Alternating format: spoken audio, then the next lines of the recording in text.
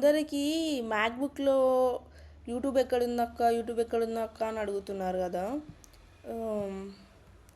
ఇక్కడ కింద సఫారీ ఉంటుంది. సఫారీ ఓపెన్ చేయంగానే మనం గూగుల్కి వెళ్ళాలి. గూగుల్కి వెళ్తే గూగుల్లో యూట్యూబ్ అని సెర్చ్ చేసుకోవచ్చు.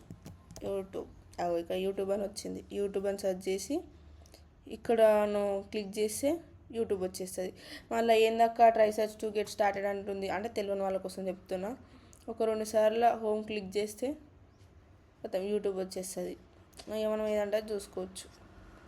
మళ్ళీ ఇక్కడ ఉన్న రెడ్ బటన్, ఈ మైనస్ బటను, ఇది ఏందక్క గ్రీన్ కలర్ బటన్ అని అడుగుతున్నారు కదా. ఇది ఏందనంటే మనం ఏ స్లైడ్లో పెట్టుకోవాలి అనేసి ఇట్లా రైట్ సైడా లెఫ్ట్ సైడా అని కూడా మనం చూసుకోవచ్చు. లేదు అని అనుకుంటే మళ్ళా చిన్న పెట్టుకోవాలంటే చిన్న పెట్టుకోవచ్చు. ఎట్లా అంటే మనకి ఏ సైజులో పెట్టుకోవాలంటే ఆ సైజులో పెట్టుకోవచ్చు.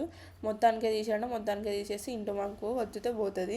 ఈ మైనస్ ఏంటంటే మనం అది డ్రాఫ్ట్లో పెట్టినట్టు, తర్వాతకి కావాలంటే సేమ్ లైట్ అట్లనే ఓపెన్ అవుతుంది. మళ్ళీ మనం ఇంతసేపు రైట్లో పెట్టినాం కదా, ఇప్పుడు మొత్తం ఫుల్ స్క్రీన్ పెడదాం. మళ్ళీ ఎస్కేప్ నొచ్చితే కూడా నార్మల్గా మినిమైజ్ అవుతుంది.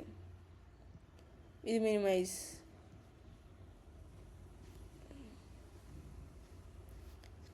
ఇది మొత్తానికి తీసేస్తే ఇది యూట్యూబ్ ఎలా ఓపెన్ చేయాలి ఎట్లా అనేసి. మళ్ళీ ఇక్కడ 5 బటన్స్తో ట్రాక్ ప్యాడ్ మీద ఒక్కసారి ఇట్లా దగ్గరికి అని అంటే యాప్స్ అన్నీ వస్తాయి. మళ్ళీ ఎట్లయితే అట్లా అంటామో అట్లా బ్యాక్ అంటే అన్నీ పోతాయి. ఇక్కడ డెస్క్టాప్లో ఎన్ని డెస్క్టాప్స్ అంటే అన్ని యాడ్ చేసుకోవచ్చు.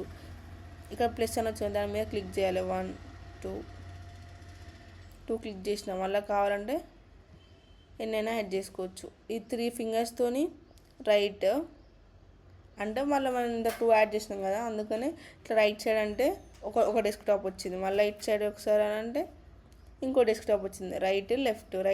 ఇప్పుడు 3 ఫింగర్స్తోని రైట్ అనాలి, లెఫ్ట్ అనాలి.